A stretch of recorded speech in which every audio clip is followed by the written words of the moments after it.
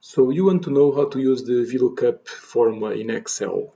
It's very simple and I'm going to show you guys how to do it. So imagine we have this scenario.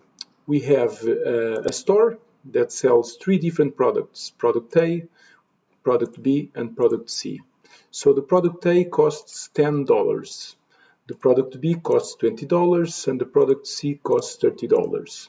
Now you imagine that when you are looking on your invoices, you see the products bought by your customers, so sold from your store, and you see it was product A, C, A, B, B, B, etc. So how do you know the prices of each product using the VLOOKUP formula? It's very simple. You just click on like this VLOOKUP. You can choose from this option.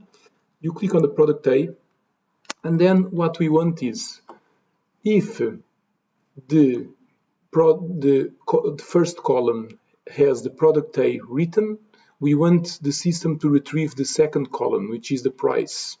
So it's very simple. You just have to click on like this, choose what you want the system to retrieve, which is the second column, and then you want the exact match. So you want exactly what is written here to be matched by exactly what's written here. So you choose like exact match, this option.